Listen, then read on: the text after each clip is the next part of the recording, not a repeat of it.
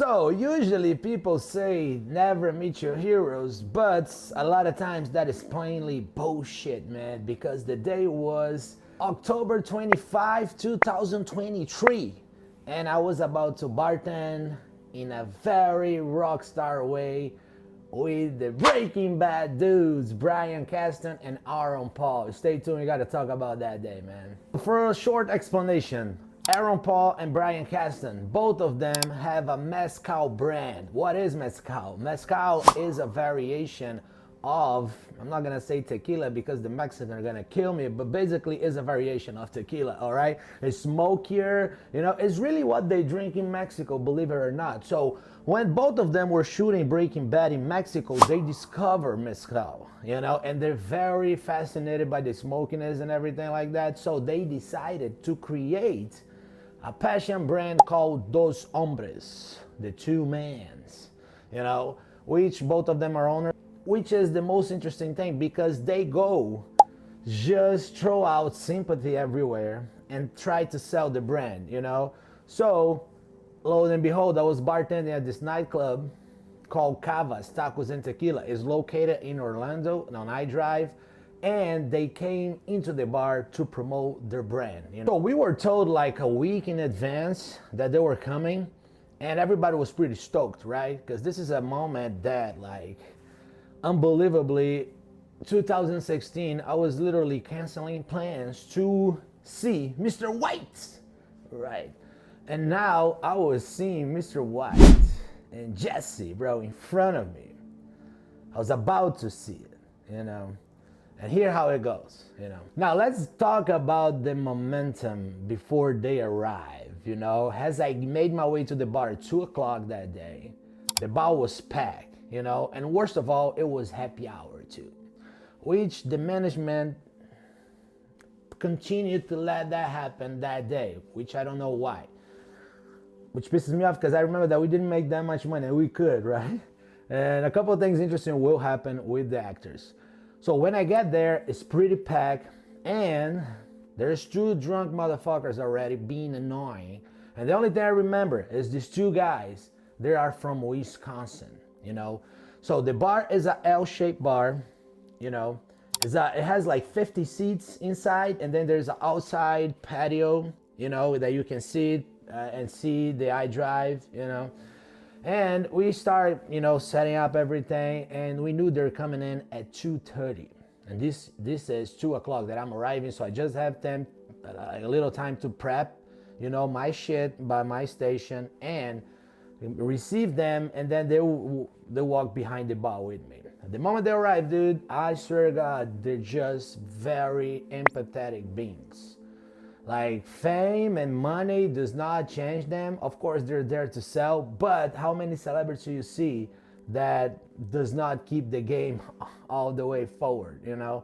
They're very cool, very nice, you know, especially with pictures and everything like that. Me, myself, I took a bunch of pictures with them, and I gave them my book. And here's one thing that is very interesting.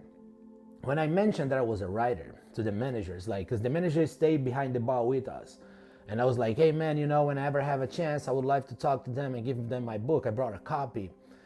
And they're like, oh really? Bryan loves writer, dude. He just grabbed me by the hand, brought me to Bryan. I was like, Bryan, this man here has a book for you.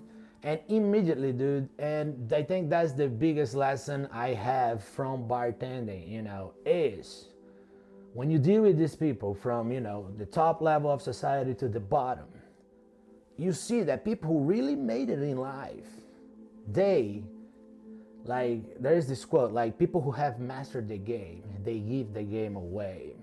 Because the moment he knew I was a writer, he stopped everything he was doing, he congratulated me, and he was like, oh man, there's two types of people, you know. There's the people who say they're gonna write a book and they never do.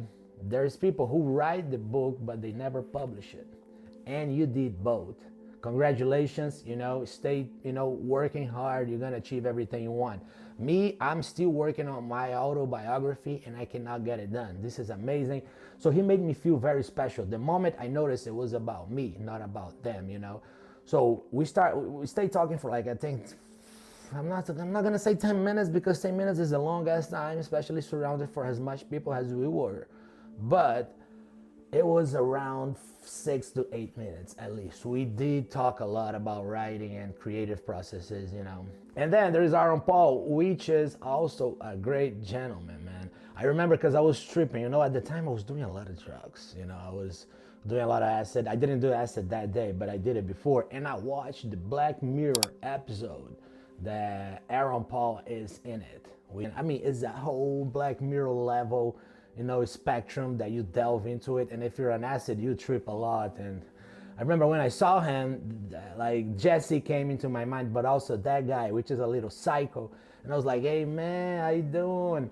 So the moment I told about my book, you know, both of them very receptive. But Aaron Paul, the difference was like when I mentioned that my book talks about PTSD, he literally like, yo, I can't believe this. I have a lot of people, you know, that suffers from this. I believe I suffer from this too.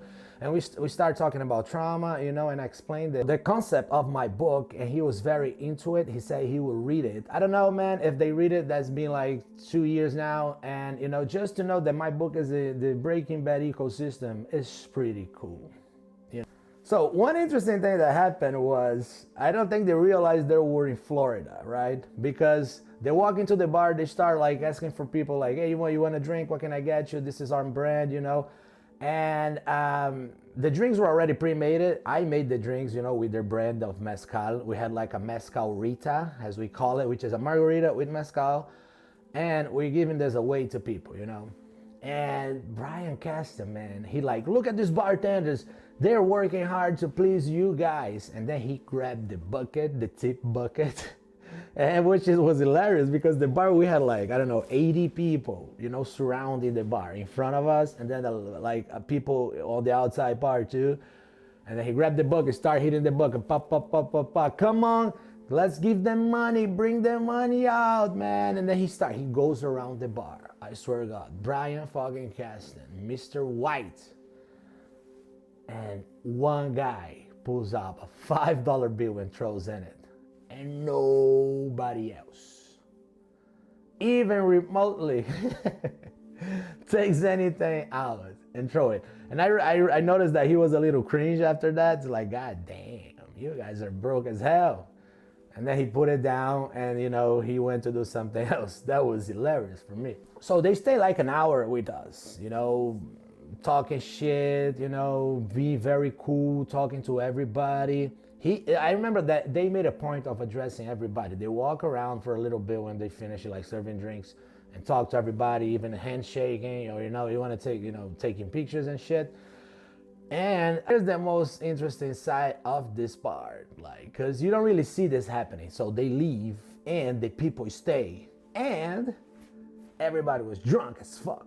Gotta be the most annoying part of bartending, man. You gotta take care of them drunks, you know? So the guys from Wisconsin, bro, like, because when the Breaking Bad people leave, people stay, you know, but majority, like at least, let's say 50 or 60% of the people who were in the bar, they leave too, you know? So just really people who were drinking, this is around 5 o'clock in the afternoon now, and the people from Wisconsin, these two guys, they're drunk as fuck, and they're sitting right in the corner, like right in front of my station, you know? I have a computer where I have to put things in, and they're talking shit to everybody in the bar. They're like, yo, dude, you in the corner right there. Have ever been to Wisconsin, man? If you go to Wisconsin, say you know Drew. I don't remember his name, but I think it was a white boy name, right? Like Drew or something. Like, say you know Drew, you're gonna get a shot for free or some shit. And you could see everybody, like, when Breaking Bad was there, when the guy was there, they have an argument with an Asian man, you know. The guy was like, dude, you yelling, you know, I don't know why. They're being loud and obnoxious all the time. And by that point, I was a little over them, you know. So I went up to them, like, after they, like, had a discussion, an argument with a couple, you know, like, this was the third argument in a row, bro. And before, they had, like, a big group with them, like 15 or 20 people with them, like girls, but now it's just them, you know, fucking drunk as shit. And I was like, hey, man, listen, I'll have to cut you off. You know, as a bartender, when somebody's getting obnoxious, you gotta go up and let them know, like, you know. And at this bar that I work with, you cannot really kick them out. You gotta be nice and polite, right? So I went there, hey, you know, I have your best interest in mind, and I'm gonna give you a cup of water right now, and I'm not gonna serve you any more drinks, all right? This was by far, I think, a big ass mistake, because the guy was like, excuse me, this is a drink that I pay for, and you're gonna give me as much as I want it, because I'm paying. And I was like, listen, I'm just doing my job here. You cannot, like, I cannot get you that level of drunk because I'm responsible for you. So, I mean, as they say, you cannot argue with drunks and idiots. And I realized that at the moment. So I was like, when he started yelling, I was like, listen, I'm not going to talk to you like that. I'm going to grab my manager. He's going to direct you, all right? I'm going to cut you off. Like, I'm not going to serve you anymore. And then he started, like, getting really loud. Get my manager, which is like a masterful mind, he talks to this guy nice, and then the guy started going full white boy drunk mode. I'm gonna sue this establishment. And my managers were like, listen, man, I'm gonna call the police right now. Very interesting, because the boy, like, he was like, call the police. I'm gonna sue this place. I want the police here for me, my protection. And the guy who was with him, which was like maybe a little more sober, was like, dude. He got up, grabbed him, and started just shoving him to the door. No, let's go, man, because my manager was already on the phone with the police. So now, you know, it's a whole embarrassment, you know, to see this shit. Like, oh my God, you cannot keep your shit together, white boy, you know. I mean, just mentioning this because that was so obnoxious in such a cool day. Always some assholes out there. But anyway, that's how it went down. You know, that's how I bartended with Bryan Cranston, Aaron Paul, Mr. White, and Jesse from Breaking Bad. That was it. Subscribe to the channel, hit that like button if you can, and recommend the channel, man. If you're into psychedelics and all the trips, this is the channel. See you in the next one.